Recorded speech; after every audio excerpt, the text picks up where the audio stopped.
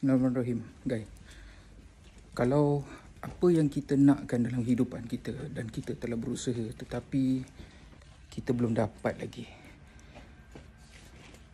ada 3 perkara. Kenapa perkara itu kita belum dapat?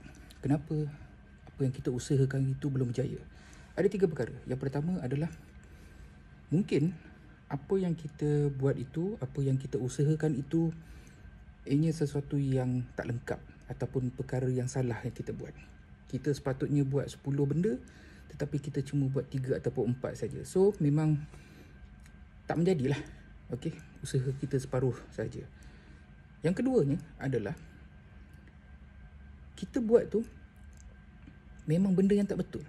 Kita usahakan tu memang benda yang tak boleh menuju ke arah kejayaan.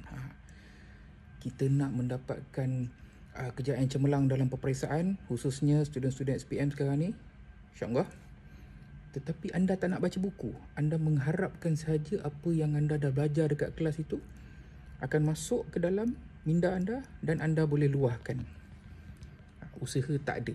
Alright. Dan yang ketiga adalah kita kena faham konsep rezeki yang Allah Subhanahu Wa Taala bagi. Mungkin kejayaan anda itu ditangguh. Okey, mungkin Allah ingin memberikan yang terbaik lagi buat diri anda. Mungkin Allah ingin tangguhkan dan diberikan kepada kaum keluarga anda, ataupun Allah akan tunggu dan Allah akan bagi suatu di sana nanti, insya-Allah. So ini 3 perkara. Kenapa apa yang kita usahakan belum mendapat kejayaan, belum ada outcome yang kita inginkan.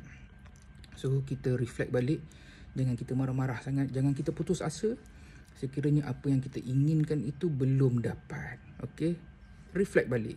Kemungkinan usaha kita tak penuh, kemungkinan usaha kita salah, step that we took is benda yang berlainan, ataupun perkara itu ditangguhkan sebentar. Okey, insya-Allah.